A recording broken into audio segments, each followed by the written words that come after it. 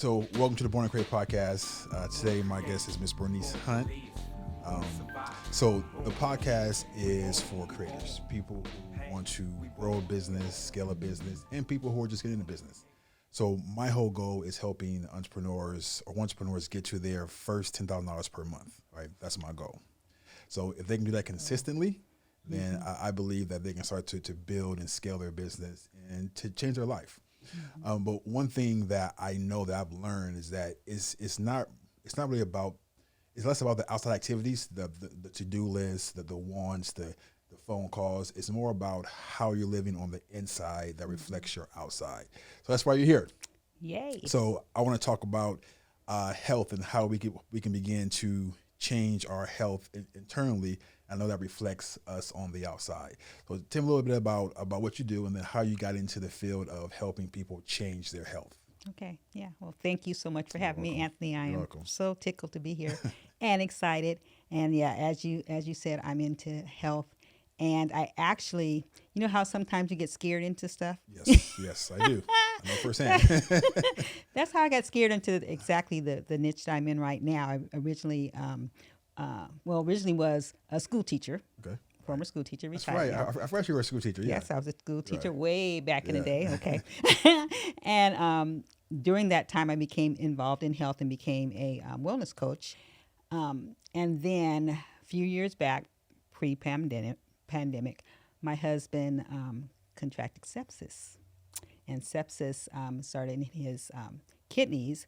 And because of his age, the inflammation went into his brain. What exactly is sepsis? Sepsis is a disease, an inflammatory disease, virus or whatever that is contracted, a lot of times in the kidneys and things, and it, infects your body. And then, like the doctors were telling me that in younger people, it doesn't travel through the bloodstream to the brain. But if you're older, for some reason, a lot of times it ends up in your brain. And in his case, that's what happened. Wow. And I came home from church one Sunday, and he was talking just gibberish. Wow. Burning up, talking gibberish, holding his hand as if he had a cell phone in it and trying to dial his friend's number. Wow. At which point I was Wow. like, what's going on? Right. So anyway, so I called 911. We got him to the hospital, and they started giving him, treatment and put him in ICU. And for the next few days, they were, trying to get all the infection out of him and all this kind of stuff. But for those few hours, I'm trying to manage a, grown man to get him to go to the hospital, who did not want to go, who did not understand why I was not understanding what he was saying. Right. Right. Wow. And I was trying to manipulate him in the places where he wanted to go, and he was being resistant, all that. And I just got a glimpse of what someone had to deal with someone when they had a broken brain, and people that dementia and Alzheimer's and stuff, they have to deal with that 24/7 with grown people. Right. People that usually, have been independent all their lives and not ready to have you try to tell them what to do. Right. All that kind of those personalities and whatever. Right. And so it got me really intrigued into finding out what could be done about dementia and brain and Alzheimer's and things. And that threw me all into that field. So I went back and got credentialing in that. So now I'm a certified brain health professional and started working with that. And then the pandemic hit. Yes. So that put a whole nother, light on it, because you had people that were having the long COVID symptoms and all that stuff, and the brain issues and whatever. And so I started a business called Keep Your Brain Sharp. Okay. And that's an online business that I have now. I've been running for, a little over a year. And that's what I do. I teach people lifestyle changes that they can make to prevent, restore, repair, whatever, their brain. And what is so beautiful when I decided to tweak into brain health is, as I got deeper and deeper into it, I discovered that if you take care of your brain, you're automatically going to be benefiting all the other areas of your body. That was my next question. And so I love it, because I had one of my clients, and she took my course, and then she, was online taking different webinars and things, and she went to one that was on heart disease. Okay. And at the end of it, she was like, I don't need to take this course, because everything they were talking about, Bernice teaches in her course on the brain. Wow. And I was like, cool. She says, you're right. She says, I said, yeah, if you take care of your brain, the things you have to do to take care of your brain are automatically going to address everything else. Wow, that's amazing. I mean, it's amazing how what triggers you to actually get into that. First, it was you in teaching, and then it was your husband. So, do you have to be at a place where your brain is something already happening, or this is for preventive and healing? It's for both. Yes, because it's never too late to work on your brain, and it's never too early to start. Because actually, the scientists have shown that in your late 20s, around 28, they can, if they go into your brain, they can see, your brain being damaged to your brain already. And also to your arteries and everything else, and then you don't feel it. There's no outward symptoms. You're asymptomatic or whatever, Wow. But so, and even children, and even from the womb, actually, because the things that mom is eating and whatever, and the things that are in her body and whatever is being transferred to, and then the microbiome that's in the mom is being, and so it's never too early to start, even though you don't have any symptoms. Yeah. Because like the brain is like the control center of the whole body, so it makes sense if you start there, then everything else will fall into place. And we used to think, the researchers used to think that your brain is your brain, and when you got what you got, Yeah, right. you don't have too much, and sorry for you. Nothing we can do. Yeah, lost cause. Exactly. Sorry. Next life. Yeah. Right. But they find that is not true. Yeah. Your brain is very they call it plasticity, where it can change and manipulate and whatever. In fact, I read this book, and I think the name of it was Boy with Half a Brain, and that's what it was about. Okay. His doctor wrote it, and it was about one of his patients, and this boy was like 3 or 4 years old, and was having seizure after every second he was having seizure, and they could not stop it. And at that time, back then, I don't think they do that procedure now, but back then they decided what they would try was to remove half his brain. They actually did that? They removed half this boy's brain when he was like 3 years old. Wow. And they didn't know what was going to happen, except the seizures. They were pretty sure the seizures were going to stop. Yeah. And the seizures did stop. And so they didn't know what he was going to be capable of doing. But this little boy, he not only went to school, learned how, walked and maneuvered and whatever. I think they said he had a slight limp. But, he was ambulatory. He went to school, learned how to read. Wow. Graduated from high school, went to college. I don't think he graduated from college. He dropped out to do other things. But a lot of us do that. A lot of us do, right? Here, I did. So that's not really because of half the brain. But anyway, it was just remarkable. But they used him as a case to show how resilient your brain is. And even with half of it gone, if you nurture it, if you nourish it and nurture it, your brain can do remarkable things. And so that's why they say it's never too late to start, because if you start nurturing and nourishing your brain, your brain. They also used to think that the brain was the only organ that did not grow new cells, and they found that's wrong. Wow. Okay. The pace slows down as you age, right? But it still grows. Now the thing is, if you don't nurture those new cells, 50% of them will die. Wow. So how do you nurture them?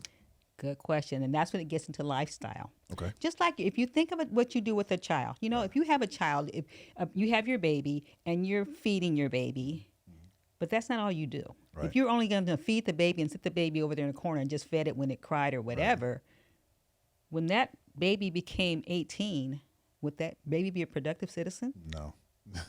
No, it'd be big as I don't know what or whatever. Right. Well, if it might have maybe taught itself how to walk, I don't know, walking, whatever. But, maybe talking if it heard or not, other stuff going on. But in terms of a productive citizen that could be, doing something constructive, no. Same thing with your new brain cells. They grow from what you feed them, so that's nourishment. Okay. But if you don't nurture them, they're just going to die off or atrophy. And then when your old ones die off and expecting the new ones to take over, the new ones not going to take over because they ain't do nothing. Right. They don't know nothing about nothing. Who, me? I don't know how to do that. Yeah, right. That's your brain talking to you, exactly. Right? Yeah. I don't know. Nobody tell me. So we have to nurture it, and that's when our lifestyle comes in. And lifestyle also includes nutrition, of course, but it also includes you stimulating your brain. Wow, okay. Giving your brain problem-solving opportunities. Isn't that what we do with children? Yeah, we do. We put them in all new environments, all new experiences. They come from school. What's the first thing we ask them? What did you learn? Yeah. They say, I learned nothing. What do you mean you didn't learn nothing? Yeah. You've been in Yeah. school all day long. You got to Yeah. learn something. What you learn? Yeah. We expect them Yeah. to learn and to grow and to have new experiences. But somehow with our culture, we've gotten on the track where when you get older, as you get older, you have to you can do less. You have to learn nothing. You have people out there, I'm not learning nothing. Right. Right. You know, I'm 47 years old. Right. I'm done. know, Yeah. I'm not learning nothing. I'm Yeah. retired. I ain't doing that. You know, Yeah. I'm through. I'm done. Right. You But do the world it. evolves. Yes. So should you, right? Exactly. Yeah. And that's a mistake because then you don't get to nurture those new cells that come up and they just die. Wow. And so if your old ones are dying because you are aging, Yeah. so if your old ones are dying and you're not nurturing your new ones, so they're dying, what you got left? Nothing. Not too much. Not too much.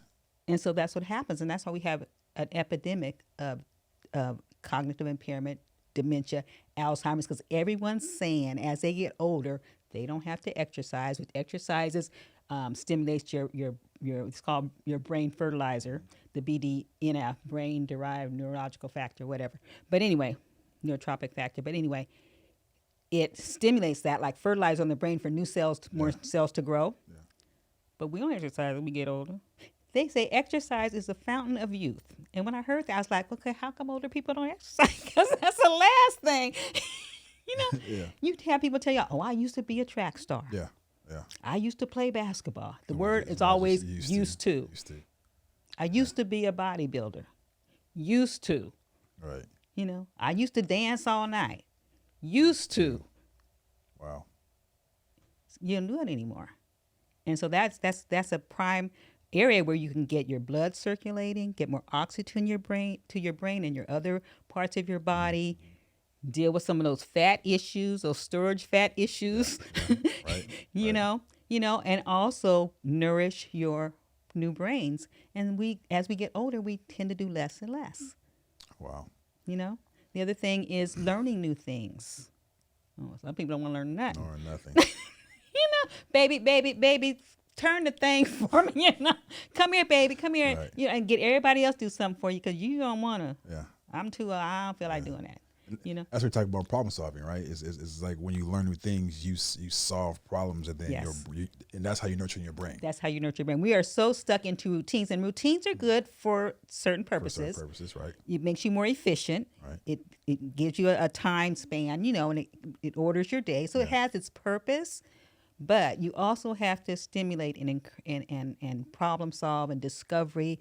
All of that is what creates new pathways in your brain. Okay. And nurtures so creating new pathways in your brain, it also exercises your brain cells that are already there, so that takes them longer to die.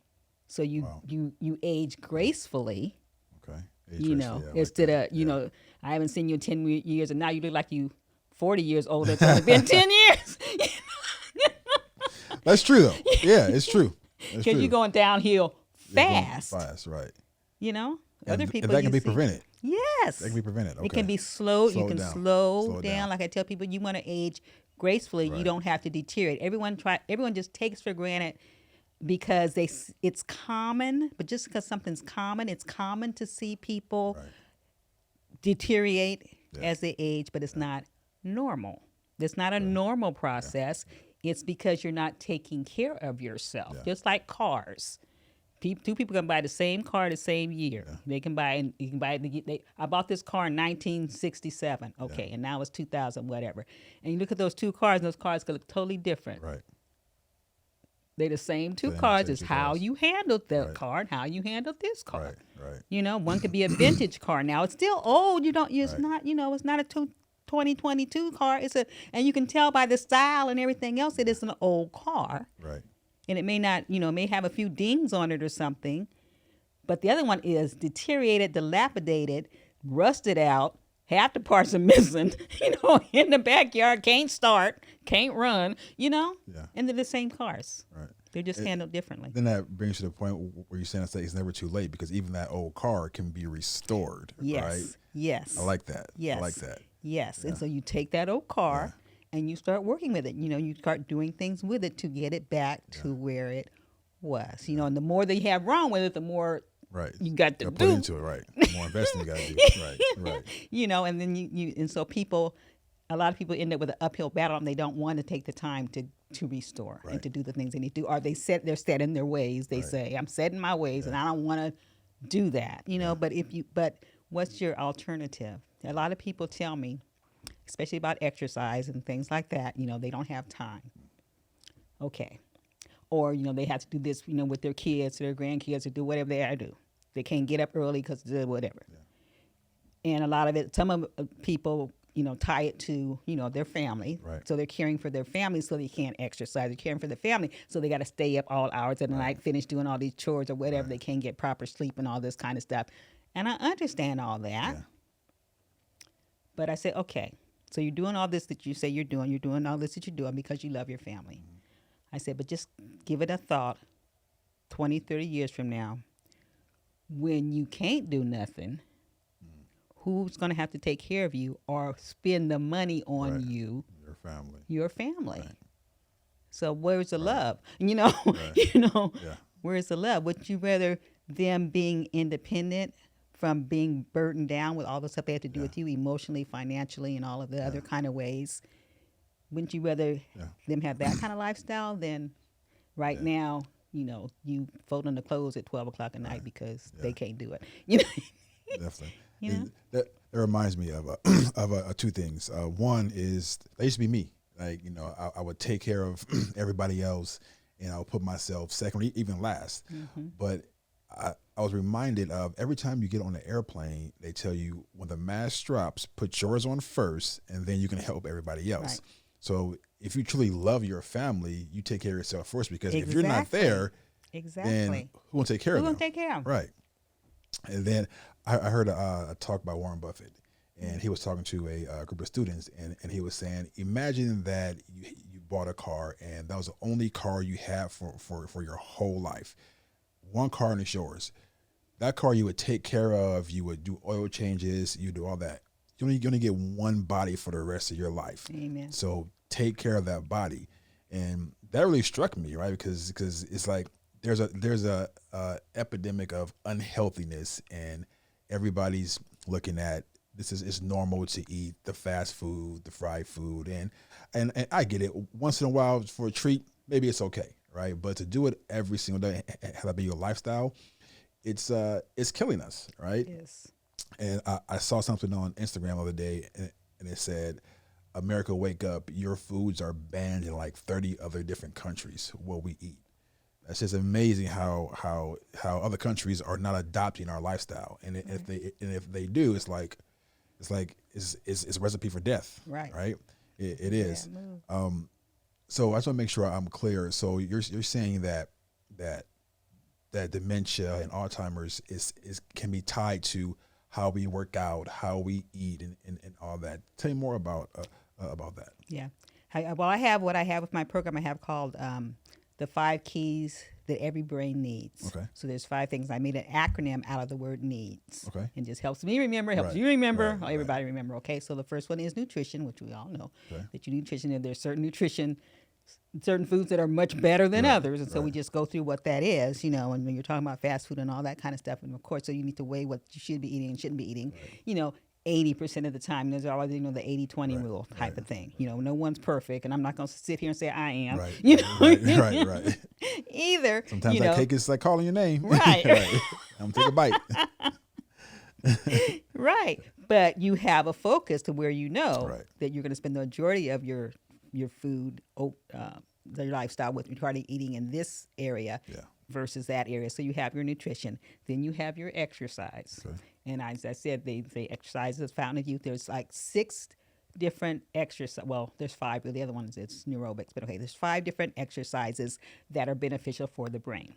And what we notice, if someone exercises at all, they don't do all 5. Right. And I'm not saying do all 5 every day. Right.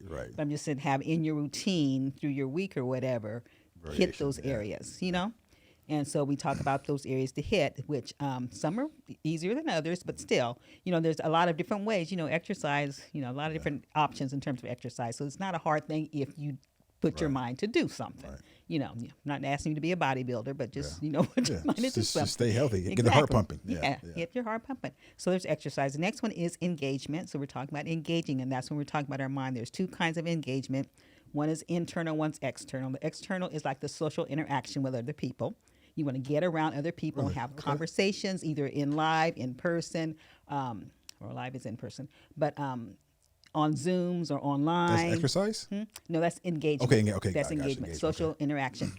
On Zoom, writing conversations on the phone, any kind of way where you're communing with people, having some kind of communication is social interaction. And it does stimulate your brain because guess what? Your brain never knows what the topic is. Right. And it goes off on the different topics and then it brings back memories and asks questions and all of that.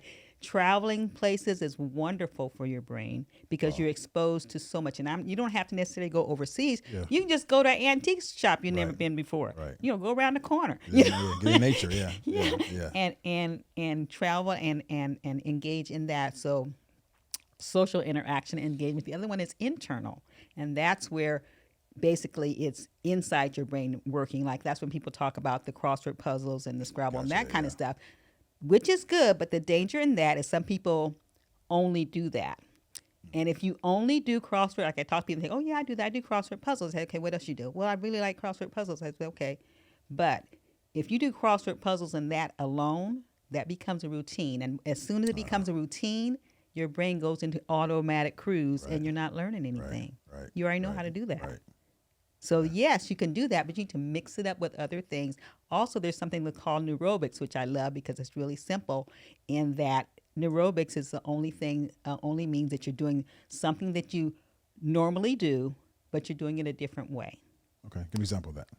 And the focus is to use something that you don't use, like use a different sense or use a different process. So one perfect example is brushing your teeth with your non-dominant hand. So if you're right-handed, you're going to brush your teeth with your left hand. Yeah. And you'll notice if you do that, it's a struggle, and you're thinking and you're trying to coordinate because this hand is not used to being used in that way. And your brain is going to have to, control that, and once again, not change. Okay, now I'm just going to brush my teeth with my left hand every day the rest of my life. So that becomes a routine, and that's not going to help you. But if you shake it up and do it once every week or something, every 2 weeks, do it with it. Another thing is to, when you go to get your keys out your pocket or go get your keys out your purse, if you're a woman, it's even easier.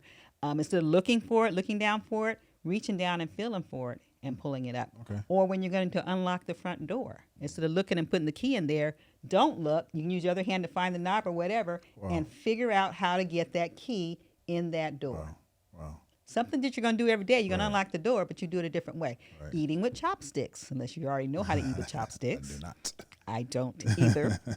And you don't try to. You don't have to eat the whole meal because you might get frustrated and your stress level's going to go up. But just try a little bit. Doing those kind of driving to work a different kind of way. If you go to Stater Brothers to shop, go to a Stater Brothers in another part of town because their shelving is going to be different. Right.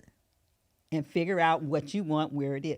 Just little things that you do ordinarily. Going to the bathroom don't cut the light on. Don't kill yourself. Right. But you can go slow, or just going from the bedroom into the kitchen with your eyes closed, smelling different things. When you're going to cook or whatever, get the spice out without looking at the label, open it up and smell it and see what if you can tell which one is the cinnamon or which one is the nutmeg or whatever. Just little things that you're normally going to do, just do them a different way so you can stimulate, challenge your brain. Wow. It's called neurobics, and it's an exercise, an internal exercise you can do that's actually kind of fun. Yeah, it sounds fun, yeah. Kind of fun. One other thing you can do is get your clothes out with your eyes closed. Wow. And then when you open your eyes, see what you put together. That's a scary one. That's a scary one. See what you thought you put together. Oh, I'm going to get my brown shoes, but your eyes are closed, and you might end up with one brown shoe that looks like this and one brown shoe that's a different one. See if you can. So it's a lot of things that you can challenge yourself. That's called neurobics. Okay, so that's engagement. So engage yourself either socially, teaching someone something, going to a class, volunteering for something. Those are all socially interactive types of neurobics because it's something you might say, I don't know how to do it, but I'll come and help you out. So you're going to learn how to do it. I think I do that like on this podcast, right? Because I don't carry notes. I don't have questions Right. that are scripted. It's like, okay, it makes me think of like what's the next question, or so, and because my brain is always turned like, okay, what I'm gonna say next. So is that part of That is exactly okay, right. okay, Because you are making pathways and connections all that time, and you're nurturing your new cells that are growing. You yeah. are extending the life of your old ones Wow. by doing all of that, you know? So no notes. Yeah. No, okay. No, just It's go done. for I what you like know, it. and you're challenging Yeah, yourself. yeah. And It that's is. all productive. It's gonna keep you young, Yeah. son. Well, I'm doing it. No notes. If everyone knows Faith, tell me no. Okay. No notes. Just go off. Yeah. Just go off Just the go top off of it. your head and Okay. learn Okay. something. Okay. Yeah, the I other like one, so it. that's engaged. The other one is de-stressing, Okay. which is something, the area. I had an instance that happened with me when my husband, after he got home, after he was home, doing well Yeah. and all of that, then I got freaked out or stressed out or whatever. I had two brain instances with me where I'm driving down the road and all of a sudden I don't know where I am. It was so scary, just for a few seconds, Yeah. 4 or 5 seconds, but I was right around the corner from my house. It happened to me before too. And that's a definitely warning sign that your brain, there's areas of your brain that needs to be repaired, because was it Dr. Brinson, when I was studying about him, he was saying he has 32 brain markers. Okay, there's 32 Wow. brain markers, things you need to be addressing or attending to with your brain, and he was applying it to the analogy of a roof that had a lot of leaks in it. So it's okay, we have a roof of your house, 32 leaks in your house, right? It rains. Of course, your house is going to get drenched. So then you go up to the roof. You say, okay, I got to get this fixed. And you work and work and work. And you repair 8 of them, 10 of them, 12 of them. Yeah. So you say, ooh, I did good. You did real good. Right. It rains again. Your You house got still going to hose. get Yeah, hose left, holes. yeah. And then you did Yeah. good. Yeah.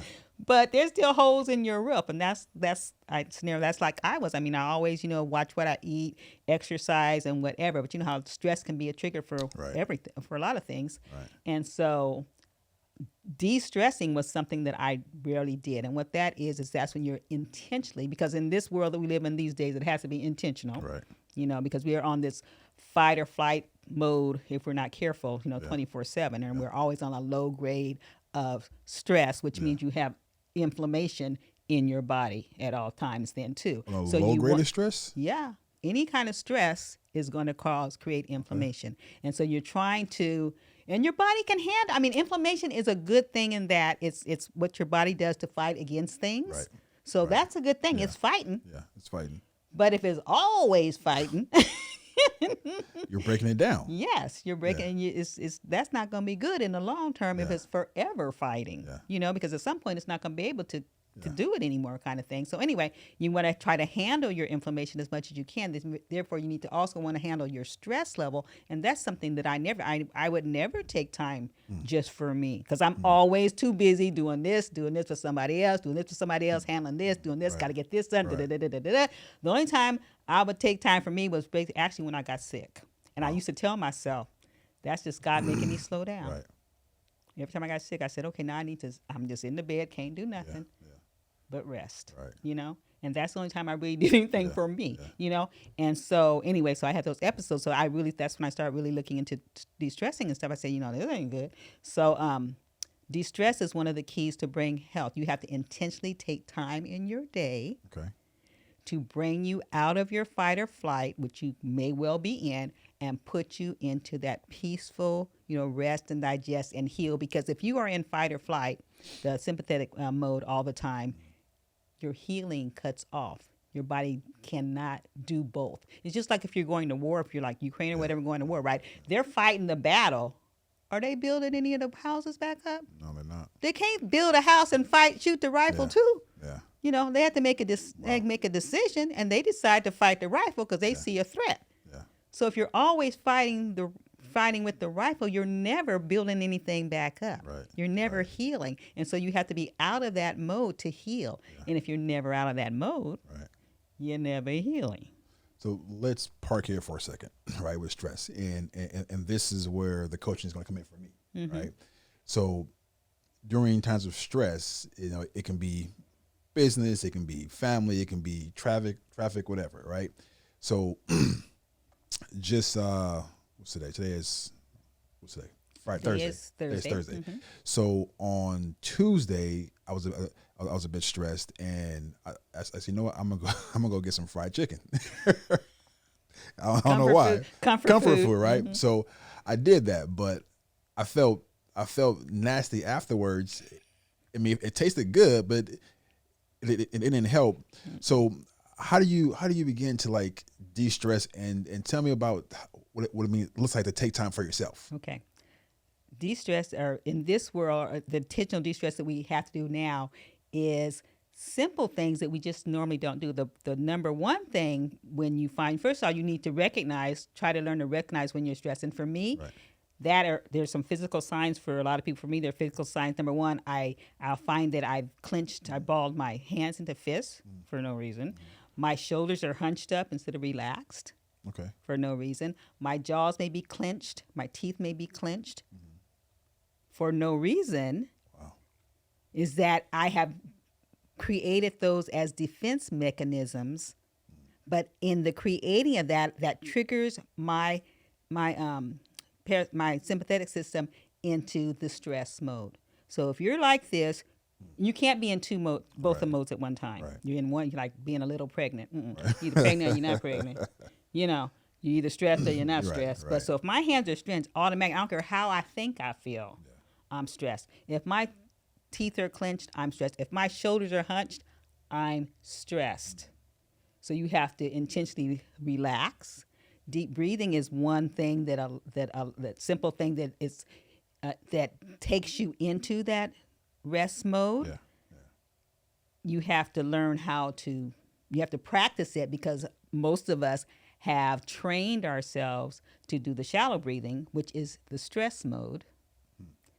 And if you notice, when you're a baby, or when I think of puppies, because they breathe with their stomach. Yeah. Babies breathe with their stomach too. By the time we get, I don't know how many years, few years old, we've trained ourselves to breathe mostly with our chest instead of our stomach. And so we're into the fight or flight breathing mode. Just changing back into the abdominal breathing through your stomach and taking slow breaths and breathing longer on the exhale than you do on the inhale takes you automatically into that parasympathetic rest and digest and heal mode. So the first thing, when you notice anything about you, or even when you think you're stressed, the first thing you need to do is do the deep breathing. So breath works. Breath works. Okay. And that's why at the hospital, you go there and you take your blood pressure at the hospital and it's high. What's the first thing they tell you to do? Breathe. Sit down and just breathe. Because they know it's going to send you back into that, and it's going to lower. But breathe through your stomach. Mm-hmm. And it's amazing that you bring it up, because I've done breath works a number of times, but I never thought it helped. But it actually does. It does help. Okay. You have to try to do it on a regular basis, because what you want to do is flip it into where majority of your breathing is always abdominal. Because that's where you want to stay. Even in your day-to-day? Even in your day-to-day, all day long. Okay. That's where you want to get back to, I should say, because that's where you started. Get back to. And you want to only go into the fight or flight when there is an emergency. Right. When you do have to be on point, when your adrenaline needs to be pumping, and the healing got to stop, because everybody needs to be looking at this situation right here. Right. You know. Right. So, but that's not where you want to be. For most of the day. Most of the day you want to be breathing from abdominal. So you have to retrain yourself. And so you have to keep at it until you don't even intentionally do it. So what causes that shift from breathing as a kid from here to going here? What causes that shift? The studies have said, they said early childhood experiences, either perceived or real. Wow. Okay. Doesn't matter if it really wasn't how you perceive someone's, discriminating against you, or they really are, or you're being bullied, you think you're being bullied, or you really are. Yeah. Your self-concept, whether it's perceived or real, will take you on put you in a defensive mode that you don't get out of. It's like having a chip on your shoulder. Yeah. And the least little thing, bam. Right. You're back in defense. Right. I was stirring up some hot chocolate. And I noticed that I was tense. Wow. And I thought about it. I said, why am I? Because I had the milk, in the pot, and I would put the chocolate in there. I was stirring it. And I realized I was tense because I was scared that I would spill it. That simple. Wow. And I had to I had to physically relax my body. And I was thinking, and so what? Yeah. And that goes into, okay, so what do you think about yourself? You stupid enough to can't even get the without Right. making a mess on the thing. Right, Now right, right, it comes in a whole big thing. And so I was tense stirring the hot chocolate. So I had to intentionally get myself relaxed and stir it with relaxed and work on my breathing. And so now when I do it, I go into that mode. Also, I go in that relaxed mode automatically. Yeah. You know, but that's from way back. You can't do nothing right. Da da da da da. You gonna make a mess. Right. Da, da, you know, Crazy. childhood Yeah. crazy stuff. Yeah. You know, they say homeless. You know, traumatic things like homelessness or divorce or death. Anything that triggered something that you now have, it has created a low grade mode of, you know, if you think people are looking at you all the time or you don't think this about yourself, and it creates this low grade stress that doesn't ever go away, that you have to intentionally relax, going outside in nature to relax with something that's called grounding, where you go barefoot and with the grass, the ground, or whatever, you know, for 20, 30 minutes a day, relaxing. So you have to purposely do things, even think, laughing, humming. They say if you hum loudly, sing loudly, you might need to be by yourself for by that. yourself, not in public, or maybe in the shower. Yeah, sing loudly, those kind of things. Remembering funny things, looking at funny, anything that's going to throw you out of it. So we have to find times to do that, because in the world that we live in, it's so easy never to have time to. You know, kids laugh like I don't know how many hundreds more time a day than an adult, and you know. They're in the free digest and health mood a whole lot. They ain't care about nothing. Right.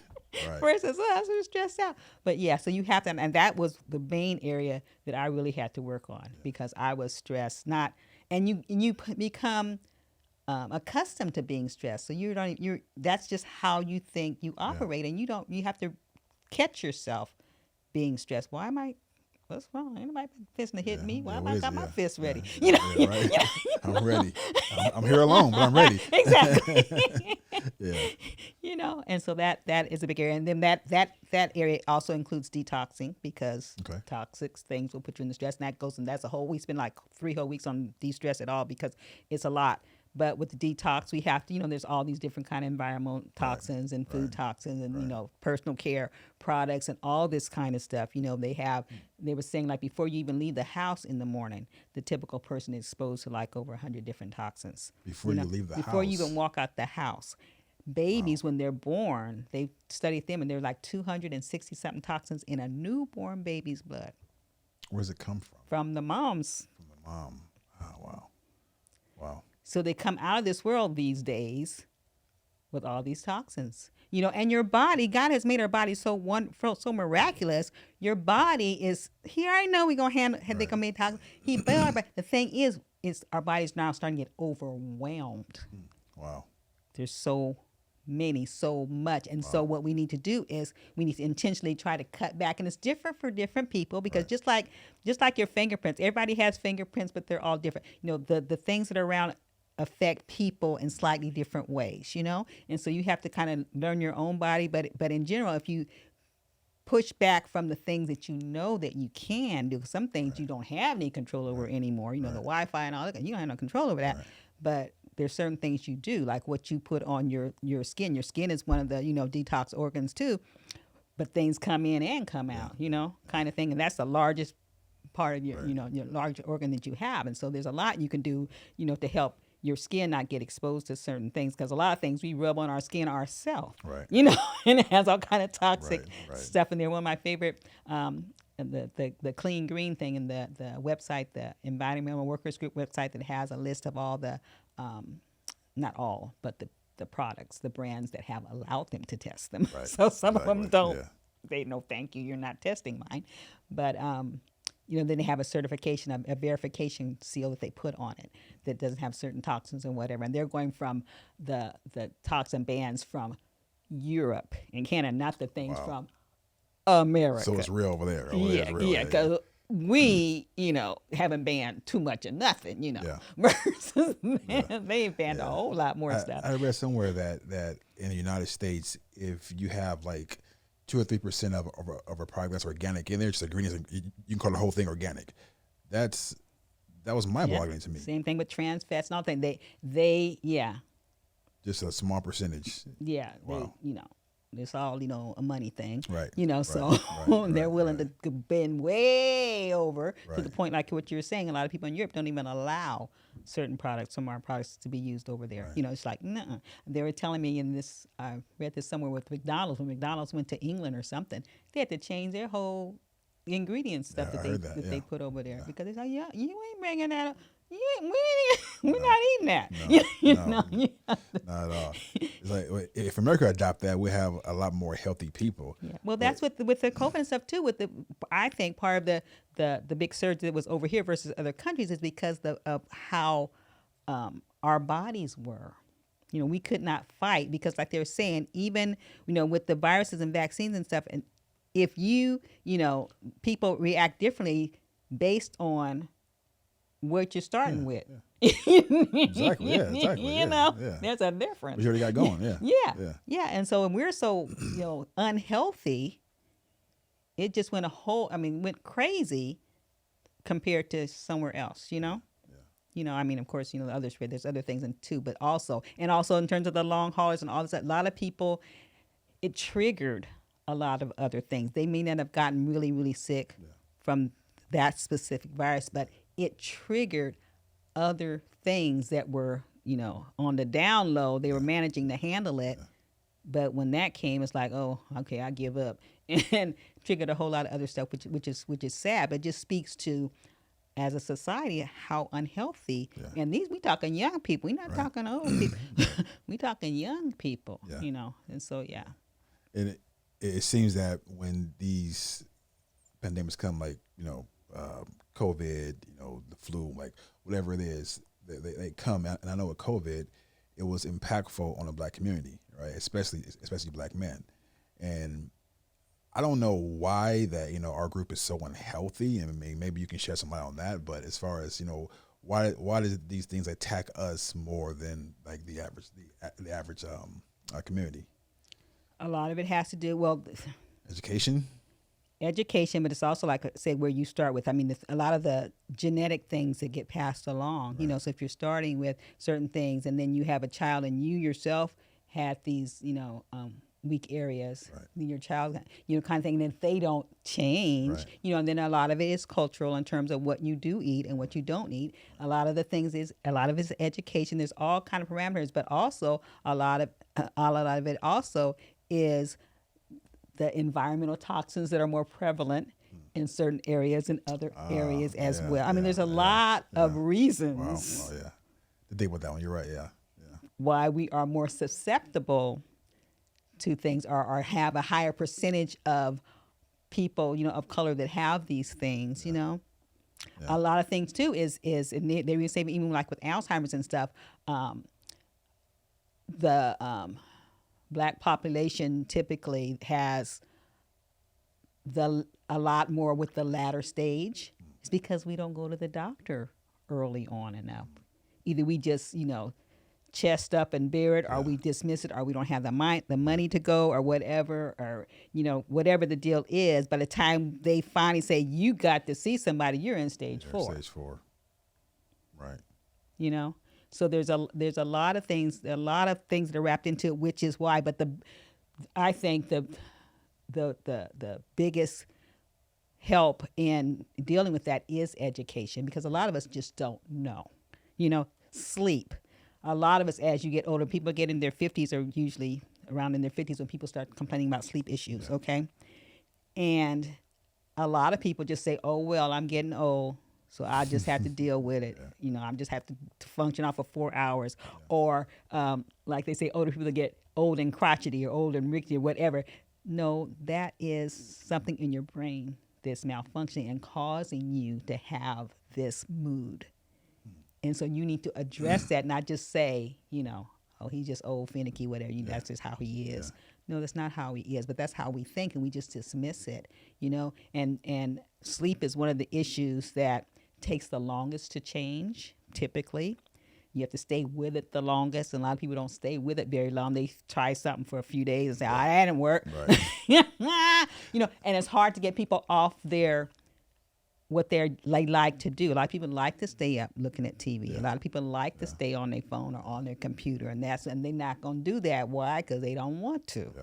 And they don't equate it to, that's why you're not sleeping well. But even doesn't that affect the brain, like watching the screen? Like Well, blue light. Okay, so blue light, because blue light is in the sun, and blue light is good. It's in the sun. Oh, okay. Okay. Blue light is good when you want it, when you need to stay up. Yeah. It keeps you alert, and that's with sunrise. The blue light comes, it wakes you up, it keeps you alert. Okay. When the sun goes down, the blue light goes down because it's time for you to go to bed. I didn't know that. But Wow, you that's still amazing. doing blue light. Right.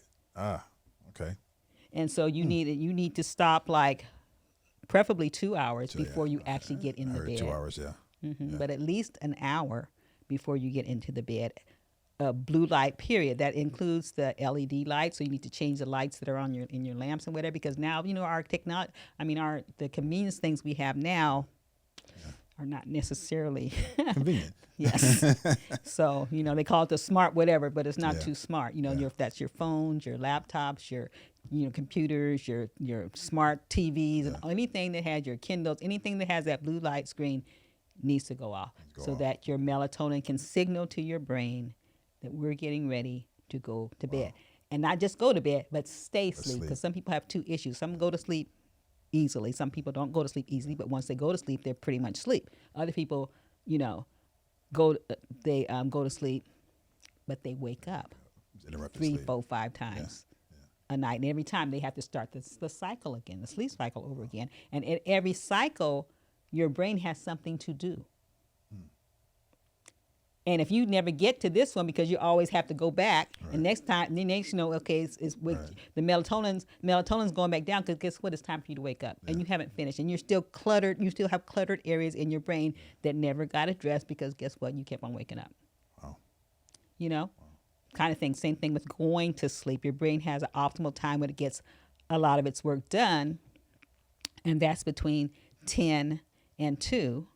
Okay, so guess what? A lot of us are still up between 10 and 2. Not that your brain can't work after 2, because it still keeps working, but it's like that's not as, you know, you have your prime time. AM or PM? Yeah, 10 p.m. 2 a.m. Okay. So you want to be sleep, not getting ready to go to sleep at 10, but you want to be sleep optimally. But if you don't, then, you know, but just know that, you know, that's your prime time. So if you possibly can get into bed at 9:30, because it should take you about 20 to 30 minutes to go to sleep. So if you get in bed around 9:30-ish, so you'll be asleep at 10, you get those full 4 hours of prime time work from your brain, and then it'll keep working the rest of the time. Instead of, by the time you get into bed, it's like, oh, shoot, I'm supposed to do what? You just made my day, because I'm in bed by 9 o'clock, and sometimes I get some face over there laughing, because it's like, hey, I mean, because it changed my perspective on business, because in this realm, entrepreneurship, business, stay up. You can't go to sleep. You got to stay up and work. You know, work off 3 hours. Exactly. And men, especially, are horrible. Yeah. Our entrepreneurs in general are horrible with that. And I used to be that way too. When I was teaching, there's things I had to get ready for school. I would stay up all night if I had to get it done, because it had to get done. You know, kind of thing. And I had to purposely, and even with your phone, I cut my phone off. I try to cut my phone off by 8:30. I mean, off. Yeah, off. And people just know. I just tell them, I just check the messages the next morning. I just say, I'm sorry. I say, oh, I'm sorry. I'm just now getting the message, because, you know. And now they know if they call me after 8:30, I ain't going to answer. It was emergency. Emergency, call 911. I said, yeah, that's what I said. If emergency, they gonna knock. If it's a real emergency, someone will be knocking on my door at some point to wake me up. You know. Right. But yeah, because you are more important, and in the long run, you're doing it for them. Yeah. A lot of time, because you want, you know, when I'm, you know, 90 years old or whatever, I don't want to be a burden to my kids and my grandkids. I don't want to be a burden to them. I still want to be doing my thing. You know. Doing it slow, but still doing it, still doing my thing, you know. And I don't want that. And if cutting off the phone is going to help me arrive there, then guess what? I'm cutting off the phone. I'm talking to you tomorrow. Right. You know, kind of thing. Same thing with the TV. You know, my husband's like, "Where are you going?" You know, I said, "I'm going to bed." I'm going. I can picture him. I know, exactly. But it's only, I said, I'm going to bed, because I need, and I don't do it like, I'm saying ain't nobody perfect. Sometimes I stay up and watch whatever, but I do feel the difference. Yeah. I know the difference, the next day. I don't feel it's good. I haven't gotten as good sleep. Yeah. And I said, you know what? I'm not doing that again. Yeah. Yeah. It's just being conscious and being intentional on taking care of yourself. Right. And I know a lot of people, like, they do it for a couple of days and then they stop. I look at it like the gym, right? So if you go to the gym, if you're just going to start in the gym, day one, you go work out, you go and look in the mirror. Well, nothing's changed, right? Day two, nothing's changed. But if you keep doing it, eventually have that vision of the future, like, okay, if I keep doing this, it's going to change everything. Right. And same thing with our brain and the foods and the TV and the toxins. Mm-hmm. Like, it's something that we have to keep doing, because once we get 70, 80, 90, we'll see, well, everybody else is like not functioning well, but I am. Exactly. And so does all this, like, broken limb, broken finger, does all this help you heal physically as well as, like, if you have a broken bone or if you have a bruise, how does that go into your healing? I believe so, because I know my husband, when he had some surgery done and stuff, and they had stitched him up and whatever. First, when he had his knee, was it meninges or whatever? Meniscus. Yeah. And they were surprised at how quickly that healed. Then when he had some urgent surgery done, he had stitches. And when he came back, they were so surprised at how fast everything healed on him. Wow. They go, wow, whoa, you're doing, and every time he went for something, he would come back and he said, they commented on, the nurses or the doctors commented on the state of his body, wow. Right. And he says, you don't know my wife. She be on me. right. She on me, But yeah, and I believe that, and I know for myself the instance that I had with my 2 instances I had when I was driving. That was like 3 or 4 years ago, and that hasn't ever happened. That hasn't happened since, because I really took a kind. I'm like, I'm for real. I gotta for real handle this now, because this is not good, And it's also good to know, once you know the things, when you do slip or whatever, you know how to get back. You don't just say, oh, well, I guess I'm getting old. No, it's not that you guess you get no. It's that you need to take care of these things. You need to do this, And so that's why I'm so passionate about, and that's why I want people to just, everyone has their own choices, I'm not going to, you can't force nobody to do nothing. But if they don't know, it's different. And for their children also, as I have some clients that when they do my course and stuff, they talk about that they're telling their grandkids, sharing it with them, and you need to share it with them, because they need to know, what to do, because there's a projection from some of the experts that by the year 2050, 1 out of 2 seniors 65 and over will have some form of dementia. Wow. 1 out of 2. 1 out of 2? 1 out of 2. If things keep going like that, that's like either you got it or your wife got it, Yeah. And so they know. If your spouse has it, then you got it. You're impacted as well, And I know, I probably won't be around for that, but my kids will and my grandkids will. So I want them to see me intact, so they know that it's possible. Because our concept is, when you get old, these things happen, Right. And so when it starts happening to me, I don't need to really think it's any big deal. It's just that I'm getting old, and I don't do anything to try to change it because I'm getting old. That's what's sold to us, though. It's like that's just part of the aging process, right? And the other thing is taking the pill, taking the medicine. Yeah. But all medicine has side effects. Number 1. Yeah. Number 2, what you gonna do when you can't get the medicine? You can take the medicine if you can afford to buy it or pay it. But what happened if they cut Medicare? All the political stuff. They cut it. What you gonna do? Yeah. But everything for our healing is already here, right, on this earth, right? And God has already set everything up for your body to heal. Just like when you cut your finger, what do? Yeah. You may put a Band-Aid or something on it or whatever, but they're saying, the thing doesn't heal back. You can't even see what happened. Yeah. What did you do? Yeah. Nothing. And sometimes the Band-Aid keeps it from healing. Right. So Sometimes you have to take the Band-Aid off so they can get some oxygen so that it can heal. Go finish the healing process. Right. So your body, so only thing you're really doing is help a brother out. Help your body. Right. Help your body. quit hindering your body. Your body wants to heal itself. And you keep doing all these things that are making it more and more difficult for it to do what it knows how to do. You know, and then your body starts getting confused. And that's when you have the autoimmune diseases. It starts attacking itself, you know, because it don't know who the enemy is. Now, there's so much stuff coming up in here. I'm just going to kill everything, kill all the people, whatever, you know. Everybody's going out. Yeah, everybody. I don't have to worry about it no more. No, but, you know, so you have the body getting all confused and sending mixed signals. You have the synthetic and stuff that are sending your body mixed signals. They think it's a hormone. They think it's a nutrient, and it's not. It's synthetic, and then they try to do something when they won't do it. And then you just have a mess because you're not attending to, you know, your body enough. And we're falling for the convenience, or we're falling for the marketing ad. You know, because it's easier for us. Easier.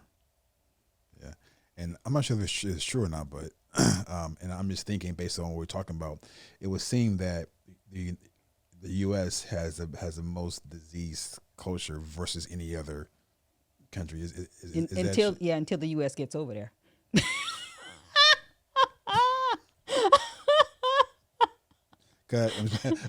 Wow. Yeah. Until we come over there and show us how we do things. Right. Wow. And they start getting disease too. Wow.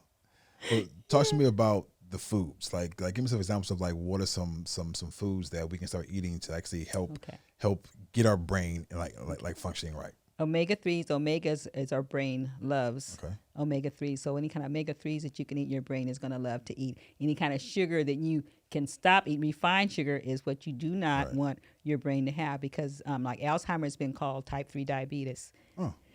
It's another insulin resistant type of thing, and it's too much sugar type of thing. So if you're going to eat sugar, what you know, we're going to eat sugar, you know.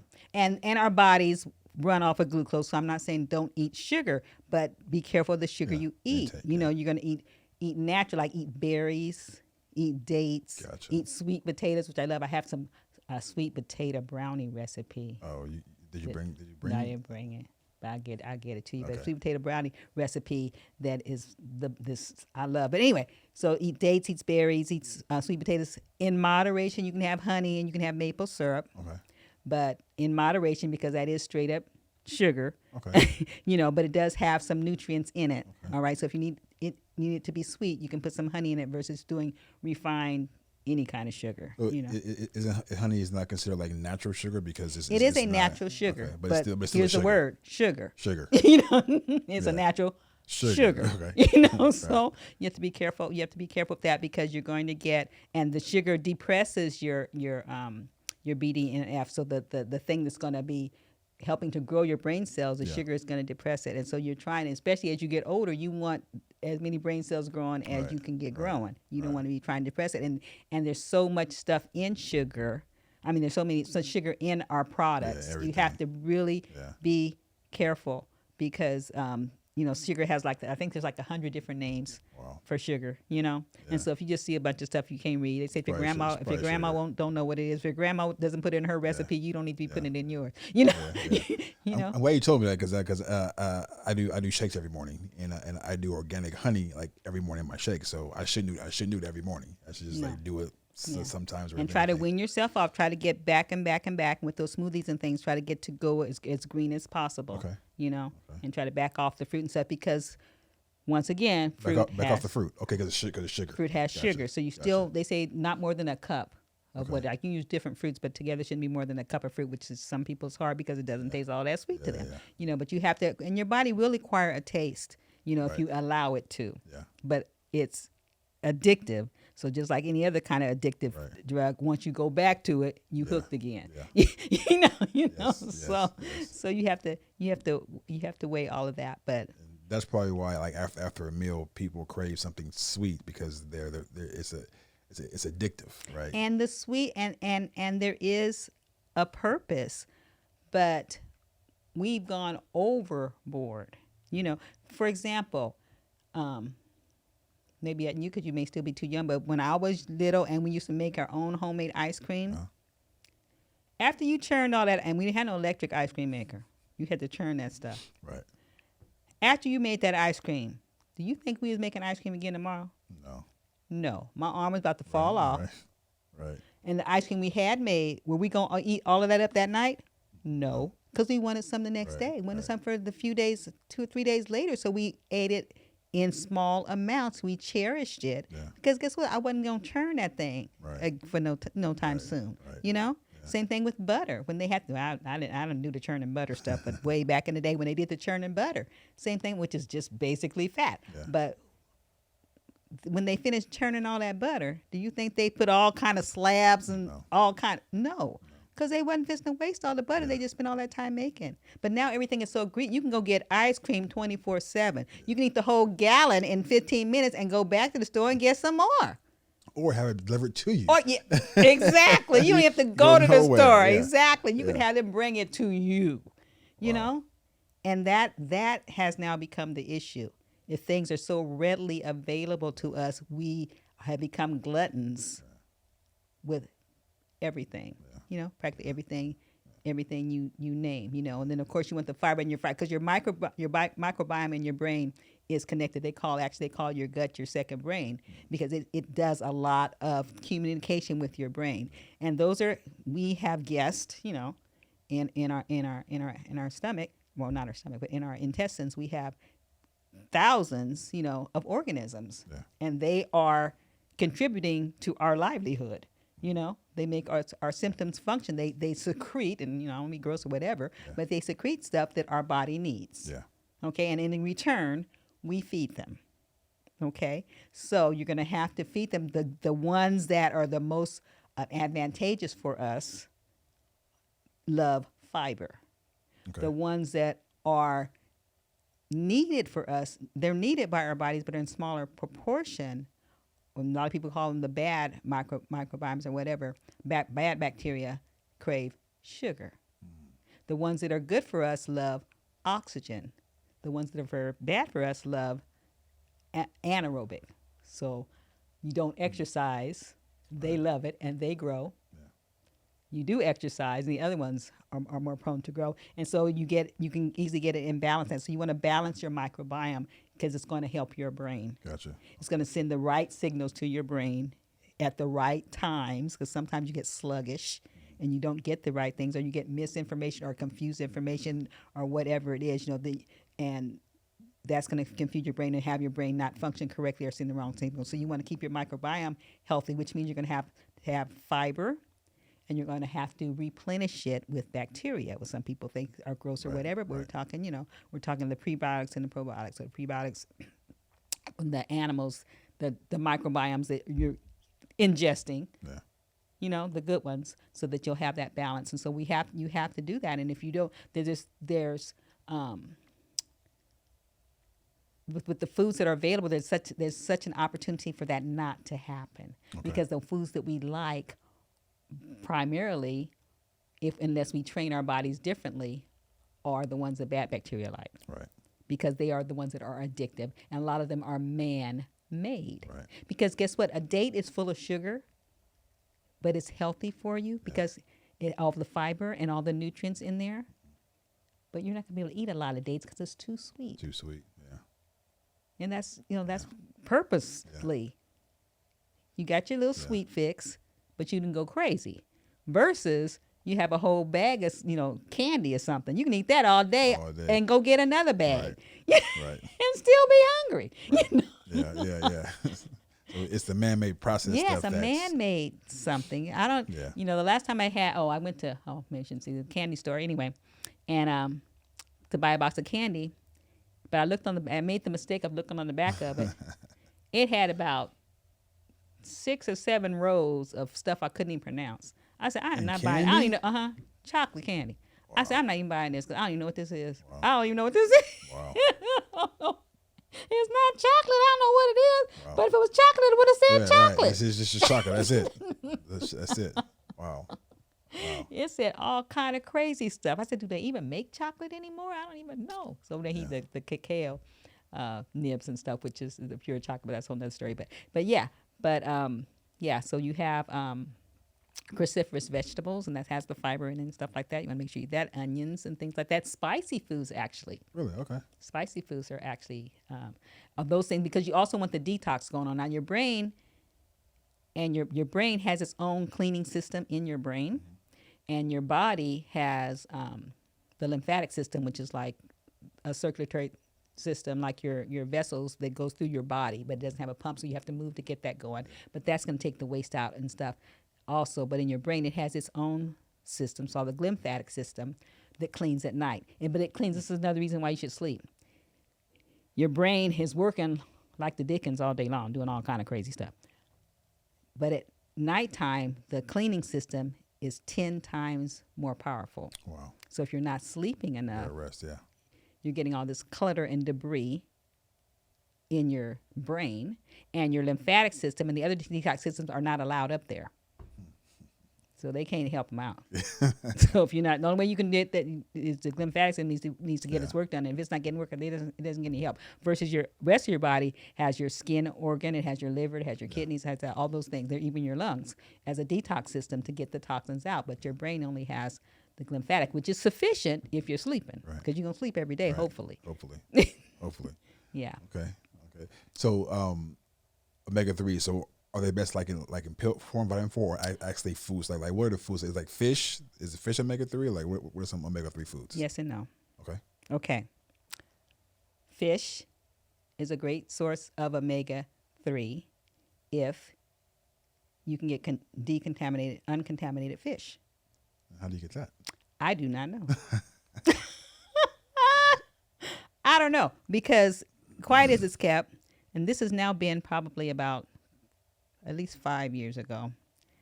Like they have, you have farm fish, okay? Yeah. Okay, now the farm fish are not the ones you should be eating, because those are man-made, whatever. Yeah, wild caught. But there was a leak or a tear or rip or something in the cages in the farm fish that were being grown in the Pacific, I think it's Pacific Ocean, and got out. Yeah. So they went out there and. Now, I don't think the fish can get and say, "Are you farm?" Yeah, right. No, they did not. I can pretty much guarantee that. I don't think they were making a difference. Right, I think they had no tags on them. I don't know. Or if the fish read the tag, I don't know. Yeah. So that those they made it up. Wow. And then you have and so now they. How you know who made it up with who? That actually happened? That happened. Wow. Because I was doing my studies and stuff, and so I have access to these different newsletters and bulletins and stuff like that, and that was released in one of these bulletins at least 5 years ago. I never saw it on the news. Of course not. Of course not. Wow. But anyway, and then of course you have the environmental toxins. You have, like, everyone knows about the mercury that's in them, but there's all kind of other toxins, medicines that are in the water that get into the ocean and whatever. Medicines? What do you mean by medicines? Medication. People, you take the medicine, it goes through you, it goes in the toilet, it goes in the water, it goes to the whatever. Really? So yeah, they found different medications in the sea animals. So I mean traces, not of course, whatever. Wow. But yeah, so you have all this pollutant. So what can you eat? Well, so you still can get omegas. So you can get omegas if you can get omegas from algae, because the fish make their omega, because we make our omega from algae. The fish make their omega from algae, and we eat the fish, and so we get it.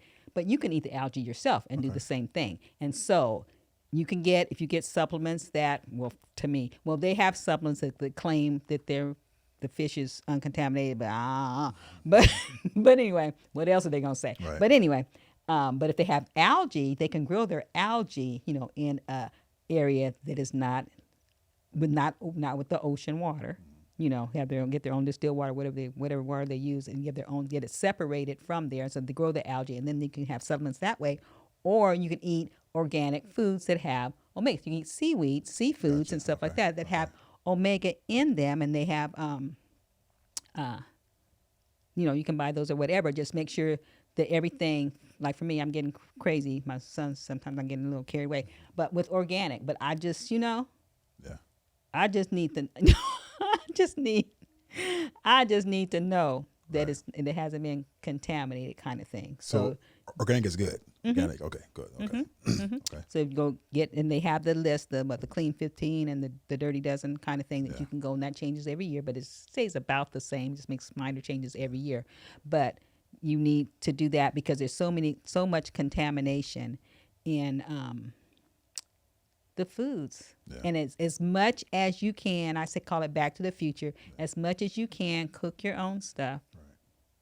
You know, that's just how you have to be, because I'm just sorry. You can't rely on these people. Can't. I don't care what they tell you. You know. Yeah, right. They're tell lying you. to you. Yeah. Yeah, they tell you what they need to tell you to get your money. Yeah.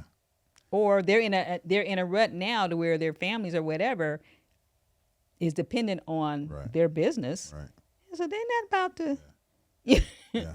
they're not about to, jeopardize that for Right. you.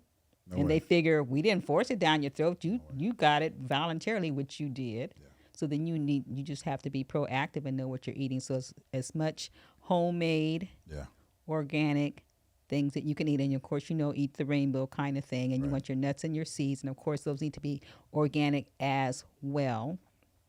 And your fiber, your vegetables, your beans, your legumes, those kind of things. And different people, and the wheat thing is an issue, and it depends on the person, because you can have an allergy. You said wheat thing or weed? Wheat. Oh, they said wheat The wheat. thing. Okay. Some people are whole grain, whole grain yeah. stuff. Okay.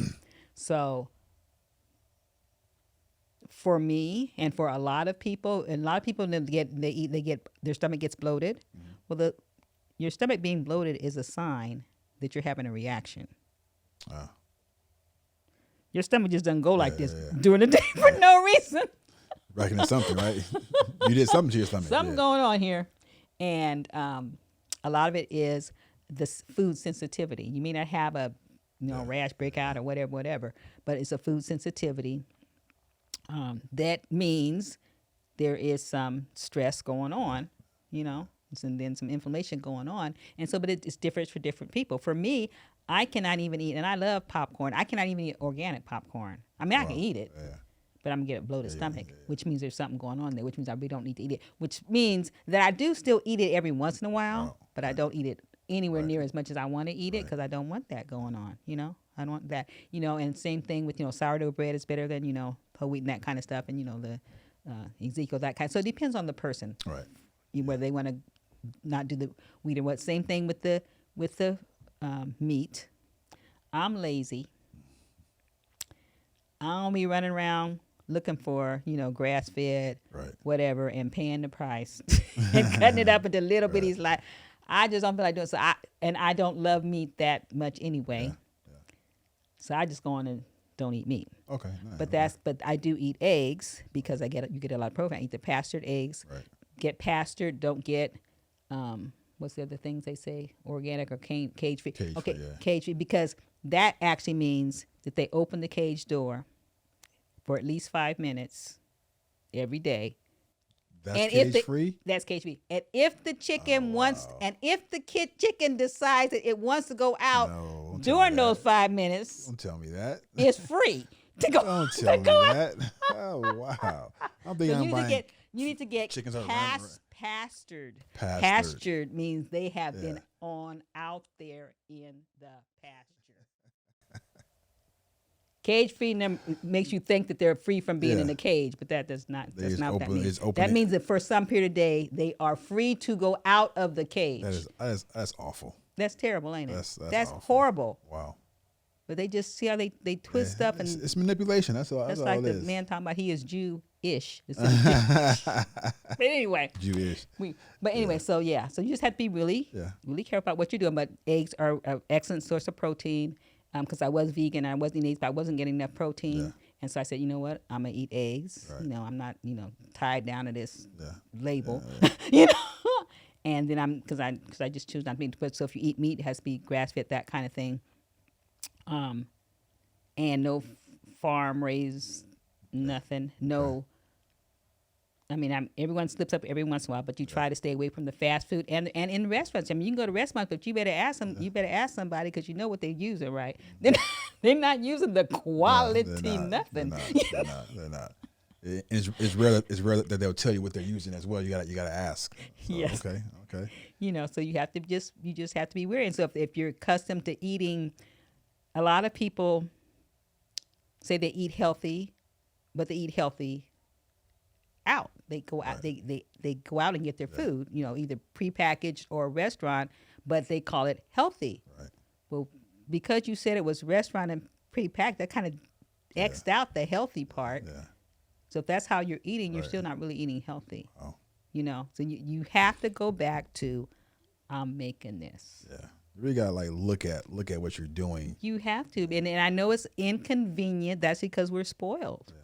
But the alternative is you will, like one of the doctors was saying, if you eat our American traditional American food lifestyle, you will be sick before you die. Wow. Okay. If you eat the way everybody else is eating, you will have a problem of some sort. So you really have to educate yourself and, Yes. and really like, get started. So people are watching this and they're like, well, how do I get started? So give us like 3 action steps that we can take today to get started. It depends on what your area is, but regarding nutrition, one thing I say is, because a lot of people are overweight, a lot of people I say is do some type of intermittent fasting. Okay. Pull yourself away from that table, like Right. by 6 or 7 o'clock. Right. You through for the night. Right. A lot of people are not through they eat all through the night up to the point where they climb in the bed. Right. No, pick a time. That's it. And then also the next morning, you're going to try to get a window of at least 12 to 16 hours that you're not eating. Okay. Fortunately, 8 of them can be while you're asleep. Yep. So there you go. There you go. You done Sleep, cut that in yeah, half right yeah. there. So then you just need to figure out when you're not eating for those other hours. If you're going 12 and you're just talking, not eating the 4 hours in the morning, don't eat until 10 o'clock, whatever your thing is. Or if you're going 16, you're going to back up. You're not going to eat after 6. So that's 4 hours. And then you're going to go the 8 hours and you're going to get up. You're not going to eat for 4 hours the next day. However you want to work it out. And that is going to help you a lot. It's going to help your brain, because your brain don't have to worry about trying to digest nothing. Give them some direction for digestion. I'm trying to clean up in here and you still eating. We still dealing with the food, kind of thing. It's going to help you with your sleep. It's going to help you with your weight. It's going to help you with a lot of things, because a lot of things we eat late at night are not good for us anyway. Right. So you start with that. Start with some type of exercise. If you're claiming everybody know about exercising. Okay, so whatever exercise you can do. But if you're one of the ones that are talking about, I can't get to the gym, I don't have nothing to do at home, I can't you can do 2 things. You can stand up. Because when you stand up, you are exercising. You're exercising your butt, you're exercising your leg muscles, and you're exercising your core. Those muscles are working just by you standing up. So why do you have to sit down and talk on the phone? Yeah. Or work at a desk, stand or up. work it right. Remember we had the phone just be hanging on the wall. Every time you go to the phone, you have to be standing up. You go to outside to the phone booth, they ain't nowhere to sit. You're standing up. Yeah. So you can stand up. You can get a standing desk or just stand up at your desk for a while. Stand up during the commercials. Why you still sitting? Why you sitting down? Yeah. Stand up. You can stand up. Most people can stand up. Yeah. The other thing is to move some type of way every hour or so. Yeah. You don't have to do calisthenics or whatever. Get up and take out the trash. Right. Get up and, go sweep the floor. Get up and go fold your clothes. Get up and walk around. Yeah. Just do it. Get up and, bend over and bend back. Whatever you want to do. Move for about 10 minutes every hour or so. Those things are going to help you, and I believe everybody can do it. Yeah, of course. Of course. If you want to do it. If you want to, yeah. If you want to do it. Decision, yeah. Yeah, you need some kind of distressing thing to do, so pick something to do, that's going to relax you, and do it consistently. If it's going outside, wonderful. If it's singing or humming, if it's spending just some time, if it's taking a bubble bath, I don't care what you're doing. Doing something that's going to bring you down, and start looking for those triggers, those signs in you, which may be different for each person, that lets you know that you're under some kind of stress. Gotcha. Okay.